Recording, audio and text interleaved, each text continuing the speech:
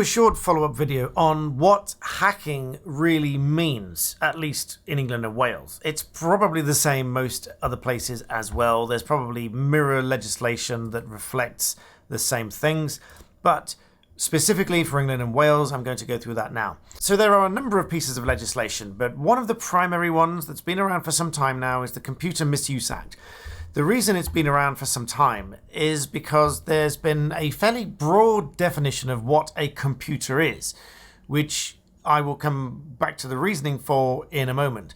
But the broad definition of what a computer is was set out in 1997, so sometime after this original piece of legislation came to be.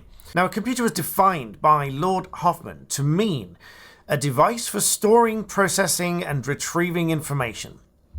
So that's very broad indeed. So this could include any kind of mobile, smartphone, or other kind of phone that stores data or information, personal tablets, obviously whether they're Android or iPads, or any other kind of traditional laptop or desktop computers. Now, another important aspect within England and Wales is that there is jurisdiction to prosecute all Computer Misuse Act offences if there is at least one significant link with the domestic jurisdiction of England and Wales in the circumstances of the case. Now, the various offences, and I'll come back to why I'm talking about the offences in a moment. Obviously, the offences themselves are not being prosecuted as such in Harry's case against Mirror Group, but they are the underlying definitions of the alleged hacking. Because remember, with any criminal case, there is very usually a parallel civil case for damages. Think criminal damage, the properties got damaged, so there's a civil case for the monetary value of the damage, and obviously it's a crime.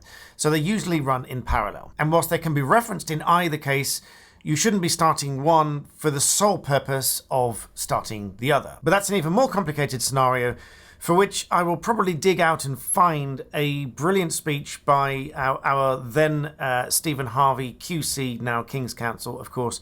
If I find it, you'll find that linked below as well by the time this video goes out, or probably a bit later, because it will take me some time to find it.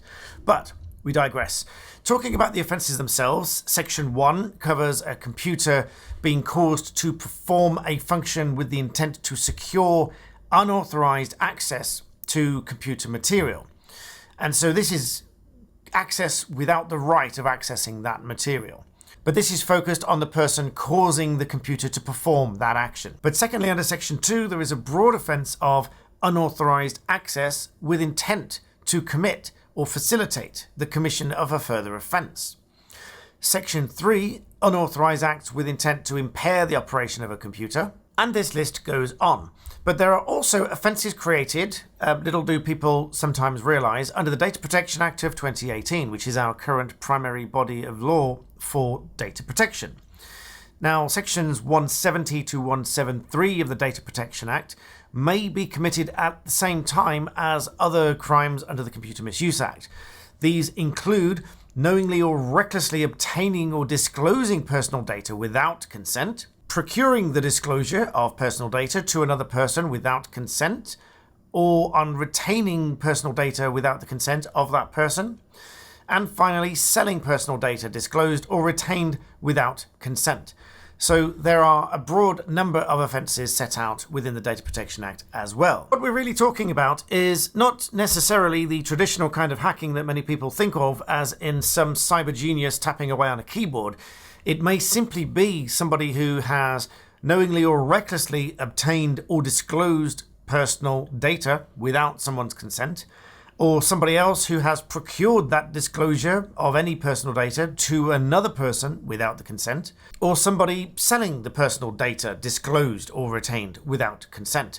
So there might be a number of different offences going on here. For example, if there were somebody that, let's say, was in the inner circle and had access to certain material and, let's say, PIN numbers and things like that, it doesn't necessarily have to be a sophisticated hacking of the phone or the machine or anything else. It could simply be accessing with information that they shouldn't have had and then using that information in one of a number of ways, including publishing it.